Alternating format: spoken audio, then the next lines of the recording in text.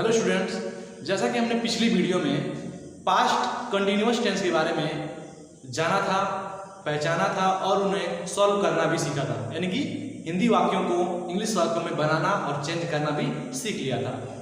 और आज की वीडियो में हम पास्ट परफेक्ट टेंस के बारे में अध्ययन करेंगे, यानी कि पास्ट परफेक्ट टेंस को पहचानेंगे और पास्ट परफेक्ट टेंस को किस प्रकार हिंदी वाक्यों को इंग्लिश वाक्यों में चेंज करेंगे वो भी सीखेंगे।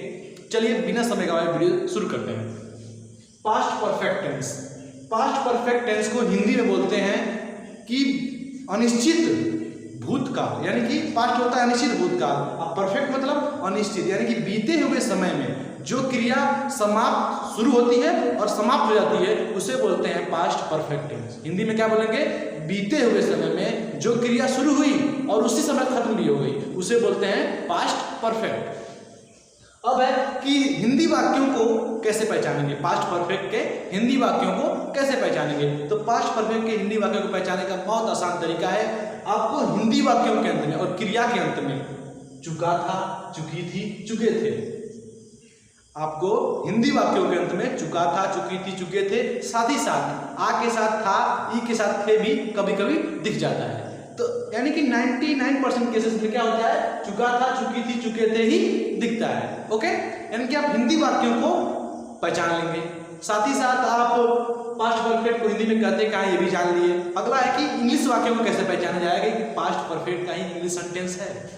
किस प्रकार पहचानेंगे कि पास्ट परफेक्ट का इंग्लिश सेंटेंस है, उसके लिए एक छोटा सा फॉर्मूला है और वो फॉर्मूला है subject plus had plus main verb की third form plus object plus other verb. बहुत छोटा सा फॉर्मूला है, बहुत छोटा सा नियम है, यानी कि कोई भी इंग्लिश सेंटेंस इस फार्मूले को मैच करता हुआ दिख गया तो वह इंग्लिश सेंटेंस पास्ट परफेक्ट का इंग्लिश सेंटेंस कहलाएगा। कैसे? यदि उस इंग्लिश सेंटेंस की शुरुआत सब्जेक्ट से हुई हो, उसके बाद हैड हो, उसके बाद मेन वर्ब की थर्ड फॉर्म हो, ऑब्जेक्ट हो, अदर वर्ड हो, यानी कि वह इंग्लिश सेंटेंस क्या कहलाएगा? पास्ट परफेक्ट का इंग्लिश सेंटेंस कहलाएगा। ये भी क्लियर हो गया। अब हम क्या करेंगे, अगला टॉपिक कि कैसे हम बनाएंगे, कैसे हिंदी वाक्यों को इंग्लिश में बनाएंगे, कैसे चेंज करेंगे। इसके लिए आपको एग्जाम्पल लेना पड़ेगा और मैं एग्जाम्पल की मदद से आपको बतलाऊंगा कि किस प्रकार हिंदी वाक्यों को इंग्लिश में बनाते हैं, चेंज करते हैं। ओके, आप इसका स्क्रीनशॉट ले सकते हैं हम। और साथ ही साथ ये जो फॉर्मूला आप देख रहे हैं ये अफर्मेटिव का है, ये अफर्मेटिव का है। क्या है? किसका है? अफर्मेटिव, यानी कि सकारात्मक का है और इससे सिर्फ सकारात्मक वाक्य ही बनेंगे। ओके, आप इसका स्क्रीनशॉट ले लीजिए और हम चलते हैं एग्जाम्पल पर।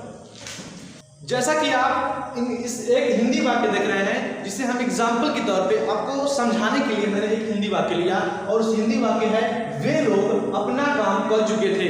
कैसे पहचानेंगे कि पास्ट परफेक्ट का वाक्य है? बहुत आसान तरीका है और वो है चुके थे। क्या है? चुके थे। देखिए आपको इसमें क्या मिल गया? चुके थे। यदि आपको चुकी थी, चुका था हिंदी वाक्यों के अंत में दिखता है, क्या दिखता है? चुका था, चुकी थी, चुके थे, तो वह हिंदी वाक्य क्या कहलाएगा?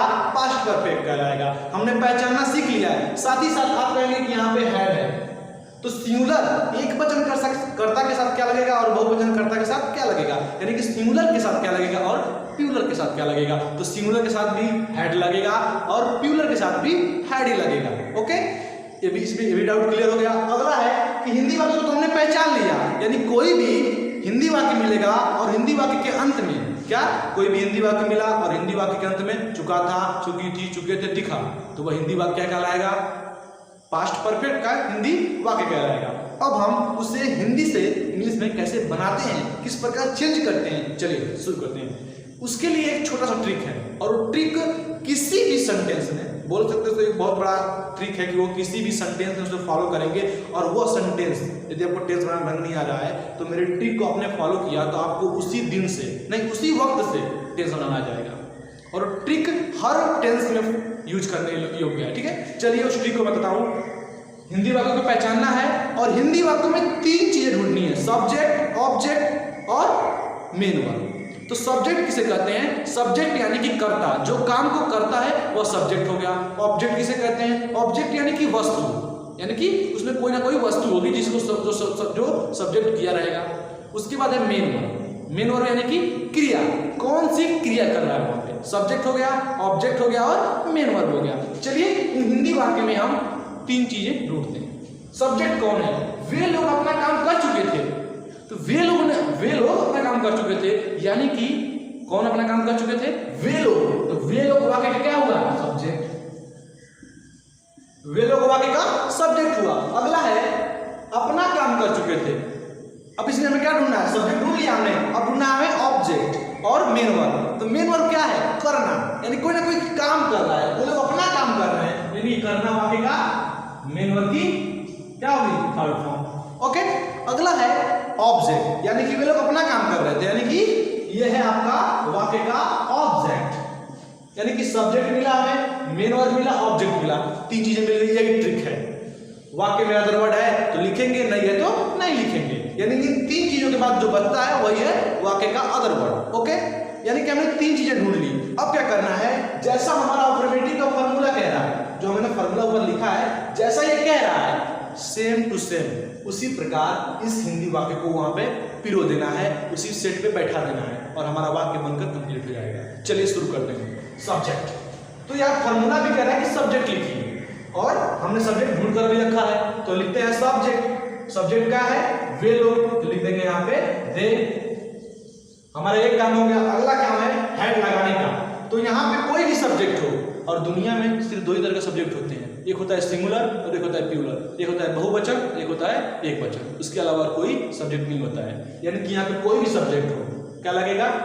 हेड लगेगा। क्या लगेगा? हेड। अगला है मेन वर्ब की थर्ड फॉर्म, और हमने ढूंढ रखी है मेन वर्ब की थर्ड फॉर्म, करना, कर, यानी कि कर है, इसका मतलब डू, और डू डिड डन, क्या हो जाएगा? डन हो जाएगा। हमने डन क्यों लगाया? क्योंकि मेन वर्ब की थर्ड फॉर्म। अगला क्या है? ऑब्जेक्ट। वाक्य में ऑब्जेक्ट है अपना काम, तो वे लोग अपना काम करेंगे, तो देयर वर्क क्या? देयर वर्क करेंगे, देयर वर्क करेंगे। ओके, और हमारा वाक्य बनकर कंप्लीट हुआ। ये तो एक एग्जाम्पल की मदद से मैंने आपको बतलाया और समझाया और पहचानना ही बता दिया। यदि आपने इस वीडियो से कुछ सीखा है और आपको लगता है कि हाँ इस ट्रिक के माध्यम से मैं बहुत सारे सेंटेंस बना सकता हूँ, तो आप काम करेंगे, हमारे वीडियो को लाइक करेंगे, चैनल को सब्सक्राइब कर लेंगे, जिससे कि हमारी अगली वीडियो की नोटिफिकेशन आपके फोन पे चली जाएगी। साथ ही साथ अगर आपने इस वीडियो से कुछ ट्रिक सीखा है और ये ट्रिक अच्छा लगा है, तो अपने फ्रेंड को शेयर जरूर करें, जिससे कि आपका फ्रेंड भी यह वीडियो देखेगा और ये ट्रिक सीख पाएगा। ओके, मिलते हैं अगली वीडियो में।